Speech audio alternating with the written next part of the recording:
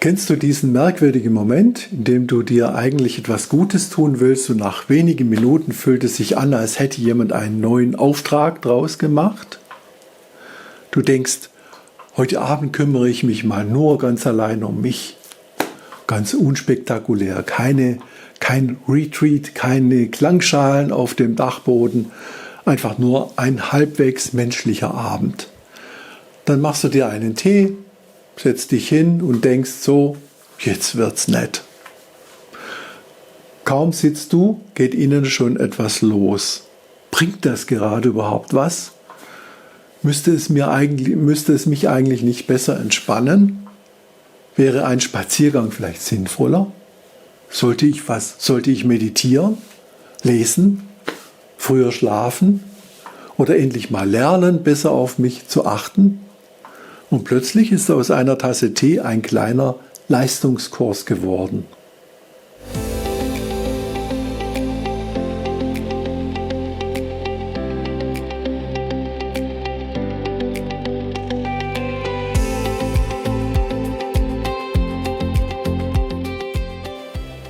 Dann ist da nicht mehr nur der Gedanke, das würde mir gut tun. Dann ist da plötzlich auch, das müsste ich jetzt aber mal ordentlich hinkriegen.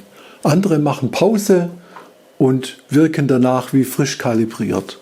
Und du sitzt mit einer Kerze da und denkst, interessant, offenbar kann man sogar beim Ausruhen zu spät dran sein.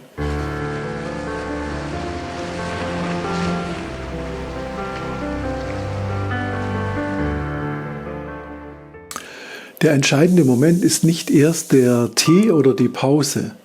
Der entscheidende Moment ist früher, da wo aus einem guten Gedanken unbemerkt ein Soll wird.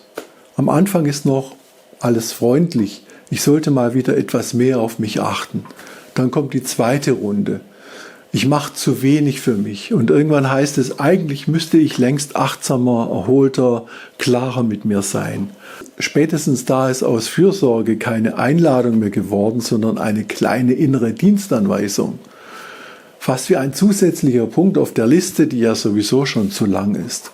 Mails beantworten, einkaufen, anrufen, irgendwas mit Alltag und bitte auch noch sinnvoll reagieren.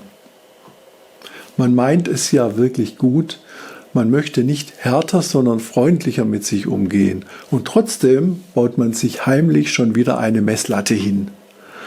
Dann heißt es nicht mehr nur, ich ruhe mich aus, sondern ich sollte das jetzt auch richtig machen. Nicht nur, ich gehe eine Runde, sondern das müsste mir jetzt aber gut tun. Nicht nur, ich nehme mir mal Zeit, sondern hoffentlich nutze ich sie sinnvoll. Und zack, sitzt da innerlich schon wieder jemand mit einem Klemmbrett, sehr zuverlässig. So wird Selbstfürsorge nicht mehr als etwas Freies erlebt, sondern als Beweispflicht. Als müsste man noch nachweisen, dass man sich selbst vernünftig behandelt. Dann ist der eigentliche Stress nicht mehr nur der Tag, dann ist da noch dieser Zusatzstress darüber, dass man auch noch Erholung nicht souverän genug hinkriegt. Das Problem ist oft nicht die Handlung selbst, nicht der Tee, nicht die freie Zeit, nicht der Spaziergang, sondern der Druck, der sich wie ein zweiter Mantel dranhängt. Aus Pflege wird Pflicht. Aus Ruhe wird Programm. Aus einem guten Gedanken wird ein stiller Sollzustand.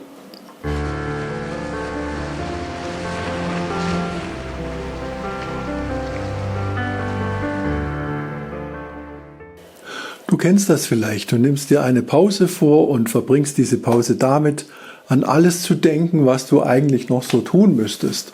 Dann sitzt du zwar, aber innerlich läuft weiter die Inventur. Das müsste ich noch, daran sollte ich doch denken. Eigentlich dürfte ich jetzt nicht so trödeln. Und ganz hinten fragt dann noch jemand, ist das hier gerade überhaupt sinnvoll?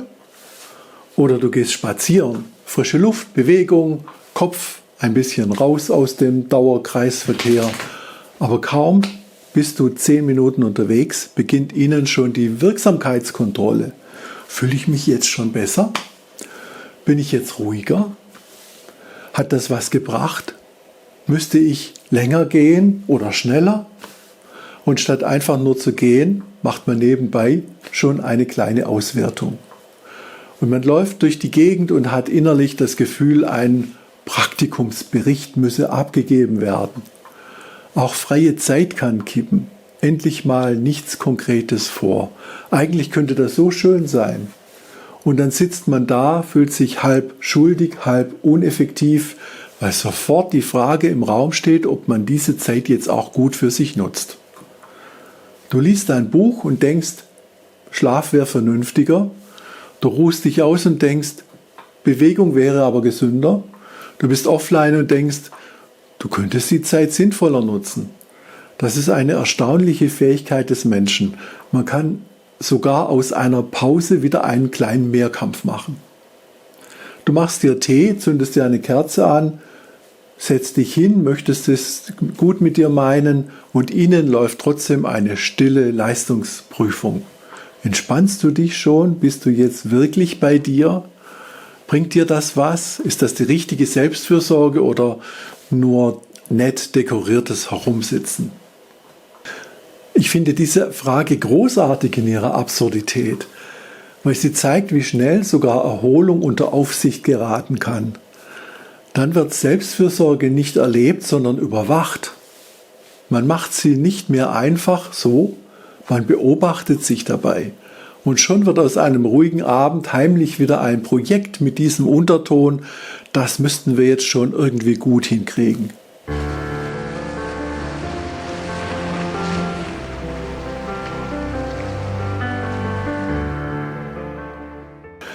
Der ehrliche Blick ist deshalb nicht, dass wir weniger Selbstfürsorge brauchen und nicht, dass wir uns besser organisieren müssten, damit Erholung endlich wieder klappt.